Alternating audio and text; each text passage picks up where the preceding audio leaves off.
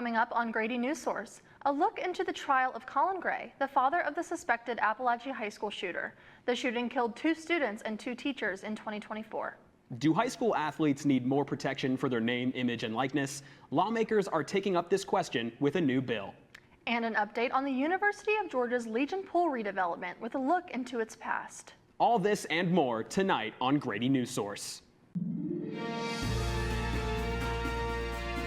This is Northeast Georgia's only local source for TV news. From the Grady College of Journalism and Mass Communication, this is Grady Newsource.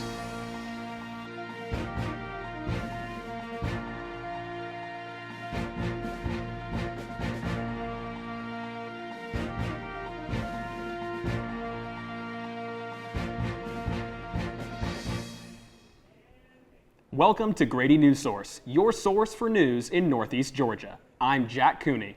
And I'm Brady Ladbush.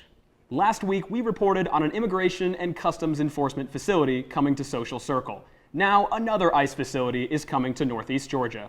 Grady Newsource reporter Allie Gruppenhoff has more.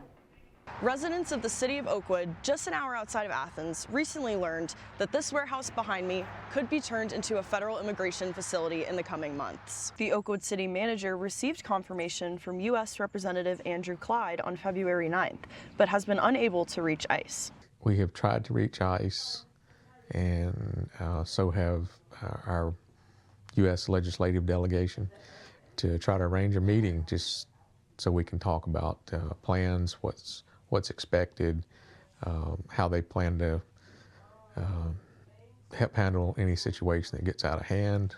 The structure would be a processing center for the Social Circle detention facility, and it will hold up to 1,500 detainees. The warehouse is located along Atlanta Highway, where several businesses and residents reside. Lisa Crow is the property manager of Crest Hill Townhomes, which are located down the road from the proposed facility. I don't think that I mind one way or another. I mean, we're not talking hardened criminals, rapists, convicted felons. We're talking about people who, from my understanding, are just here illegally. They came in the country the wrong way, didn't make, an effort to stay here legally. But others are voicing concerns against the facilities through protests. We will be providing updates on this developing story and others like it across Northeast Georgia. For Grady Newsource, I'm Allie Gruppenhoff. A high-profile court case is happening in Barrow County.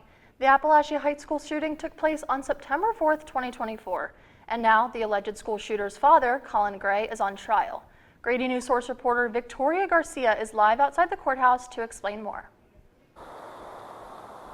Thank you, Brady. This trial is raising a big question about whether or not parents can be held criminally responsible for a school shooting carried out by their child.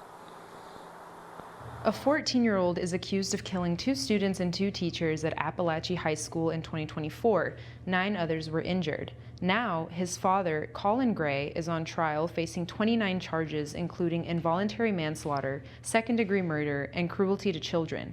He has pleaded not guilty. Prosecutors are arguing that Colin Gray should be held liable for providing the firearm.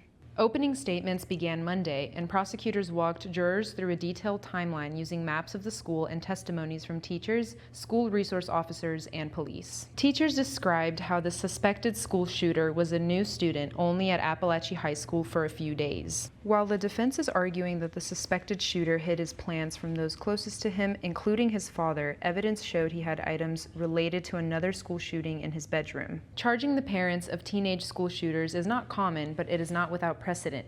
Parents were charged with manslaughter and sentenced to 10 to 15 years in prison in 2021 after their son killed 4 students at Oxford High School in Michigan. Their son received life without parole. This case showed that parents can be held responsible for their children's actions when warning signs and access to weapons are involved. And court just wrapped up on day 3 of the trial. The courtroom was emotional as multiple people were seen crying after graphic images were shown. It is important to note that Colin Gray is innocent until proven guilty. The trial is expected to last several weeks and will continue to provide updates from inside the courtroom. Reporting for Grady Newsource, I'm Victoria Garcia. Thanks, Victoria. Grady Newsource is following this developing story, and we will keep our viewers updated. Athens-Clarke County's moratorium on data centers is set to expire on March 6th. However, commissioners seem ready to extend the pause after citizens showed up. Grady Newsource reporter Parker McCollum has more. I have a question for the attorney. Can we outright outlaw data centers in our community? Citizens showed up en masse at Tuesday's Athens-Clarke County Commission meeting. On the agenda, a pause for all future data center development. I am supporting the community push for extending the moratorium. While no votes were planned on data centers, the community showed up to voice their concerns. This AI industry is a blight on the world. Taking your time is the right move. Claims of employment generation made by their proponents are routinely exaggerated. Currently, there's only one data center in Athens-Clarke County, and it's located on Voiles Road near W.R. Coley Middle School. According to public records, it's owned by Atlantic Gaslight, a subsidiary of Southern Company, which also owns Georgia Power. When reached for comment on the purpose of the center, Southern Company said in a statement that they were continuously evaluating opportunities to improve efficiency, and that while they cannot discuss what the center would be used for, they believed it would be a beneficial opportunity for customers. However, both commissioners and citizens feel that there are important questions about data centers that need to be answered. A lot of pushback, and I don't know how we're going to get around it, but I really think we need reporting on the energy use on the data centers. The more I learn about this, the more I realize I don't know. While there was no official vote from this meeting, it's clear that the board and public agree on one thing. They need more time to get this right. The final vote will be held in 2 weeks on Tuesday, March 3rd. Reporting for Grady Newsource, I'm Parker McCollum. After the break, we will learn more about what an NIL deal is and a new bill trying to offer protection to high school athletes in these deals.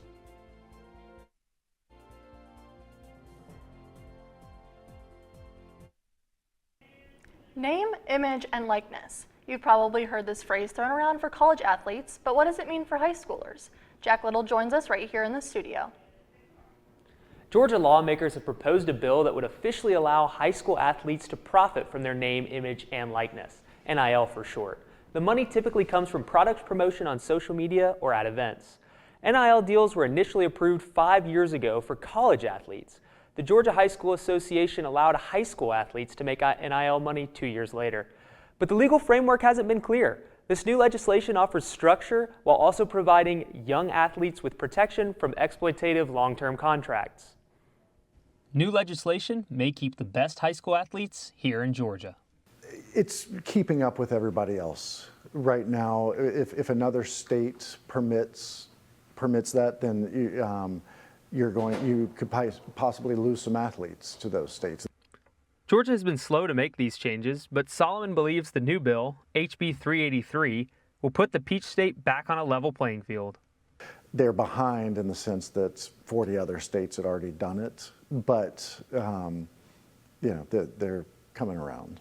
While the bill is the first to formally acknowledge high school NIL, some Georgia high school athletes have found ways to profit since 2023.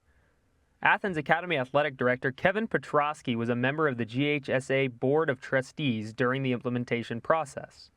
I was one of those who was a little skeptical about it at first because I didn't know how it was going to change the landscape.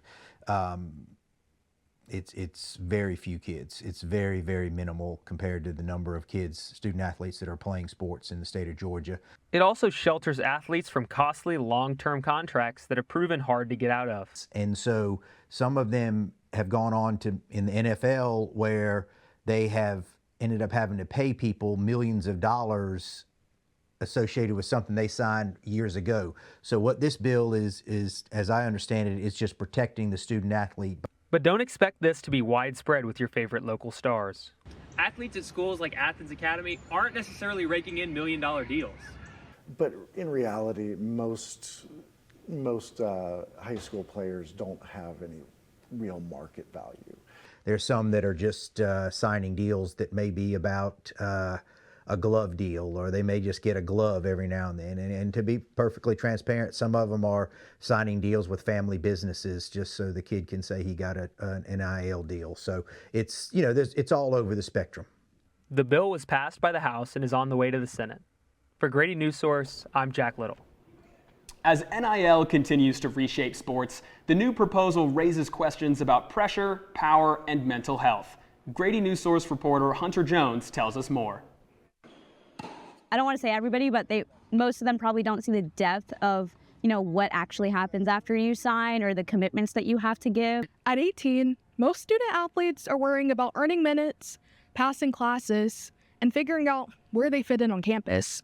Now, imagine adding endorsement deals, performance clauses, and legal fine print. With NIL, it can open doors, but also raise expectations. We're always going to be worried about young people's mental health. And the reality is, with more money means more expectations. And with more expectations means the possibility to fall short on those expectations. And you can imagine there being mental health implications associated with that. And even though NIL isn't supposed to be pay for play, performance still drives attention. And attention drives income. If you play better, you get more eyeballs on you, and therefore more people pay attention to you, presumably more social media followers, and therefore a chance to command larger deals. So I think it all goes hand in hand. That constant visibility can blur the line between athlete and entrepreneur. I feel like that put more pressure on me before matches. It's common in a student athlete when there's just always so much going on that it's hard to not think about everything at once. As Georgia lawmakers consider a proposal that would let high school athletes walk away from long-term NIL agreements after graduation, the goal is simple: give them a clean slate before college. Their leverage is going to be different than when they're older and a professional athlete. So the desire to shorten these contracts makes sense because you're sort of trying to prevent them from getting into a deal that could be exploitative and that is impossible to exit. That opportunity to reset is vital because when income begins to track performance, the pressure shifts. For many athletes, the game starts to feel bigger than the scoreboard. My entire identity was tied to my performances. For a long time, I had a very, very high sense of where, I could not lose. There are still mental health pitfalls that exist for athletes, especially when there's more money on the line. Because these are still young people. They're still going through, the inevitable maturation process, which sometimes has high points and low points. And you don't want to lose sight of that. I think it's important to be mindful about, those 18 and 19-year-olds when they are signing contracts to really get advice from more experienced and older people. For Grady Newsource, I'm Hunter Jones. We will see you after the break.